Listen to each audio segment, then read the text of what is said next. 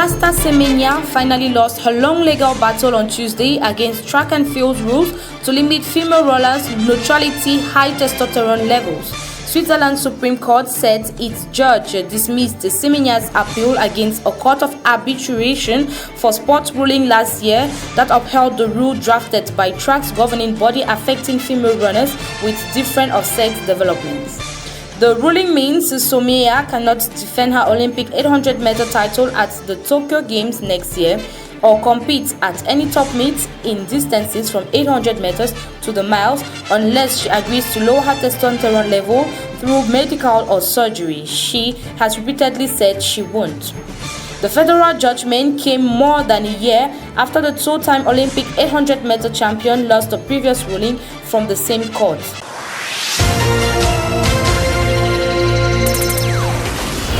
Aging war veterans and university students joined long pre-dawn lines in Ethiopia's northern Tigray region to vote Wednesday in parliamentary elections that Prime Minister Abiy Ahmed's government has deemed illegal.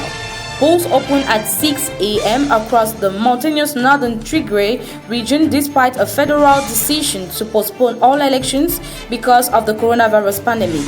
The election represents the latest challenge to Abiy's authority as the navigates a democratic transition hobbled by deep political and ethnic divisions and a low point in the bitter dispute between the federal government and in Addis Ababa and Tigray.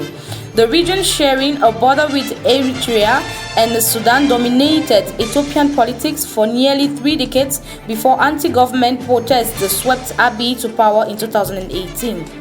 Ethiopia was supposed to hold the national elections in August, but the national poll body announced in March they would need to be postponed because of the pandemic. Tigrayan leaders rejected the extension of mandates, which would have expired in October, contending Abiy would not have no legitimacy after that. The decision to unilaterally hold their own elections has clearly rankled federal officials who have said they have no legal basis and no null avoid. In the regional capital Mekelle, some voters struck a defiant note as they waited to cast ballots. More than 600 candidates from 5 parties are vying for 152 regional parliamentary seats, and the parties will decide how to allocate the remaining 38 seats at a later date, said Election Commissioner Mulukwok Kindamariam. The heavy favorite is the Tigray People's Liberation Front, which led the armed struggle to topple the brutal drag regime in 1991 and went on to control the ruling coalition that took over.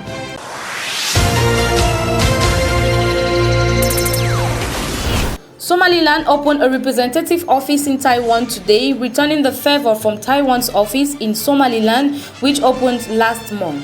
Both are recognized, but de facto sovereign territories have found no common ground in the isolated international status. The deepening relationship has sparked anger in Somalia, which described the move as a reckless attempt to infringe on its sovereignty, while Beijing accused Taipei of separatism.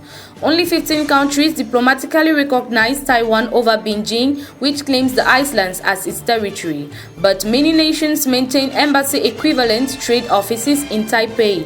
Taiwan and Beijing have been fighting a diplomatic wrestle match for decades in which each side tries to poach the other allies. Somaliland, which is not officially recognized by any other nation, declared independence from Somalia in 1991 and has thrived as a comparative beacon of stability.